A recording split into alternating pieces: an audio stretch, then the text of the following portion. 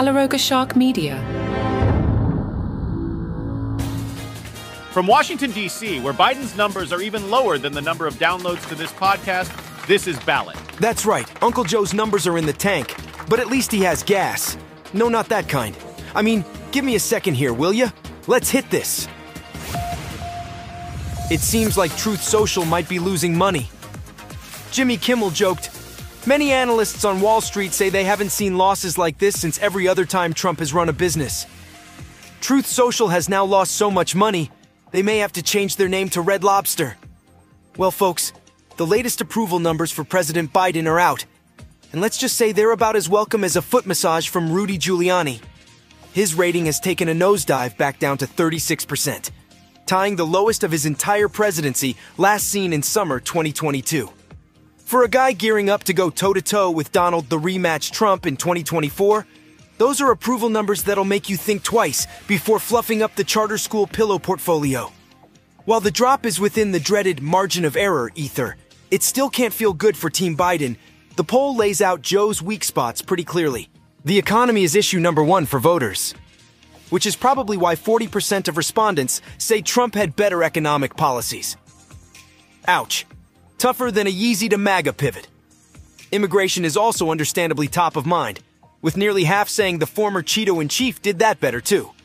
In fact, the only areas where Biden seems to have any edge are political extremism, by a modest 4 points over the guy who inspired an insurrection, and foreign conflicts, where a whopping 29% prefer the president's approach.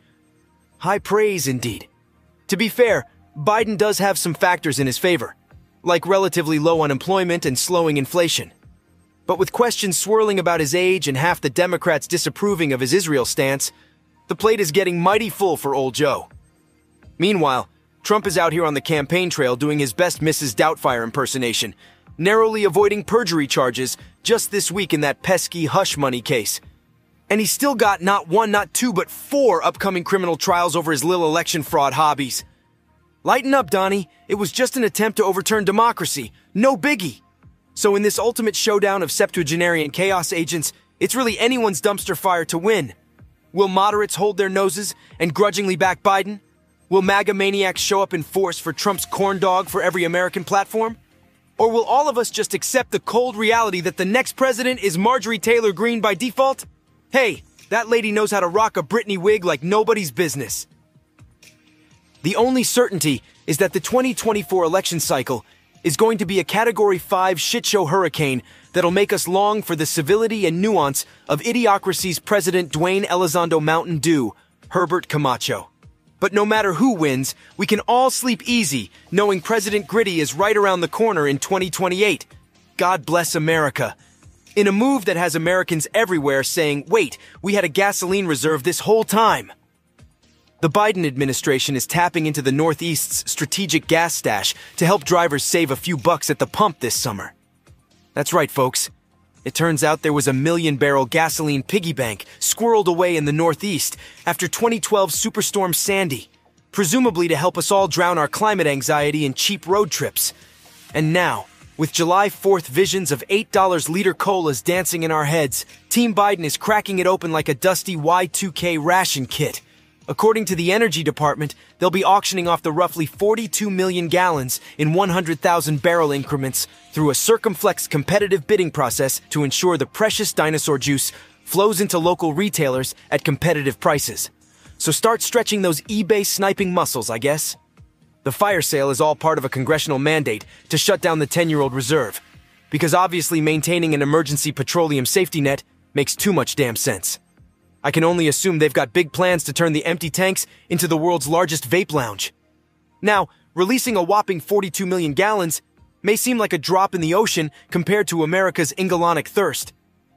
But Biden officials reassure us, common folk, it's laser-focused on lowering prices at the pump by strategically timing this liquid windfall for when hardworking Americans need it most. Of course, this comes after Biden turned the Strategic Petroleum Reserve's spigot to guzzle last year, draining America's big boy oil bath to levels not seen since the 80s. Sure, it helped stabilize prices during Putin's zany Ukrainian warfare arc, but Republicans clutched all the pearls over playing pigskin with a national security asset. So to recap, The Biden team is cracking open a regional gas nest egg that many didn't realize existed, then almost definitely won't make a meaningful dent in overall prices. On the bright side, at least the White House beat Congress to announcing the release.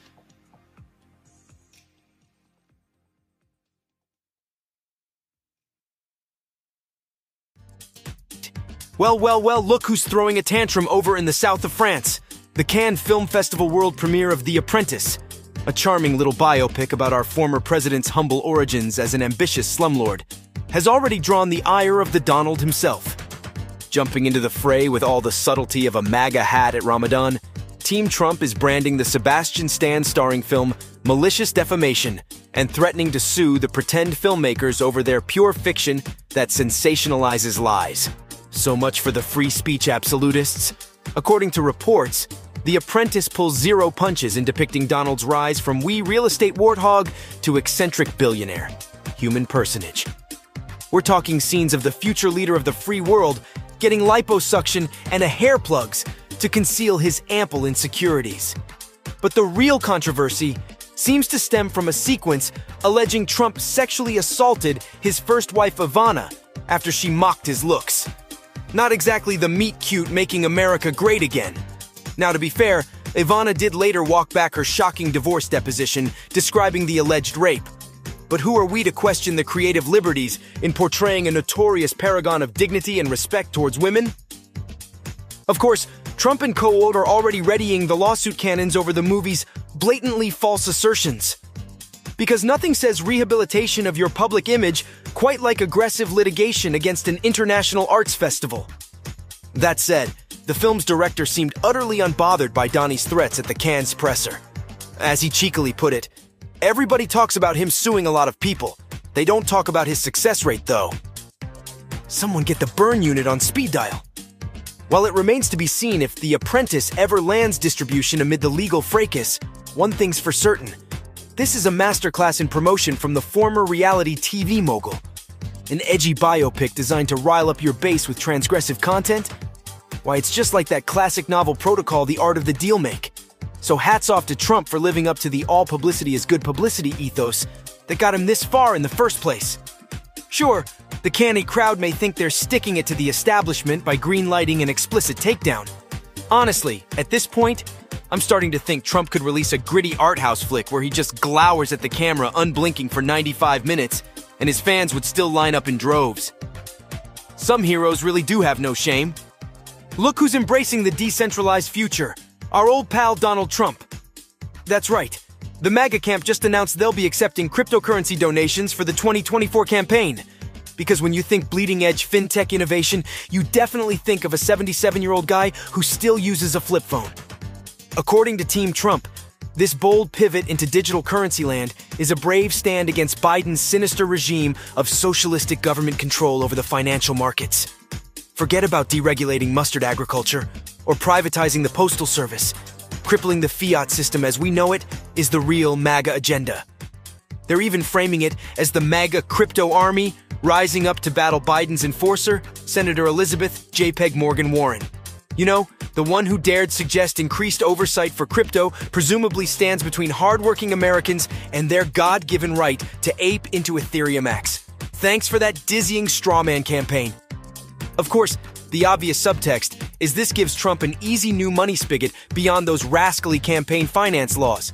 Sure, they'll dutifully report the Digitalaha coins to the FEC, but you know the staffers are just going to YOLO it all into dollar MAGA token and a pollution credits DL. It's also a transparent pander to the crypto demographic. Overwhelmingly younger guys who no doubt love the idea of the president giving financial self-sovereignty lectures between campaign stops at Mrs. Fields. We're talking an untapped reservoir of potential donors who think burning an eighth of the global energy supply to mint a commemorative HODL token is sustainable economics. Just picture it. A Trump administration where the Treasury mints a CBDC pegged to electromagnetic enmity with windmills. CryptoSec chief Elon Musk oversees a regime of freedom-staking incentives for election truthers. And every cabinet meeting kicks off with a solemn mass decrypting of the latest 4chan breadcrumb trail. But who am I kidding? Even as a joke premise, President Trump embracing crypto after his illustrious business career feels too on the nose.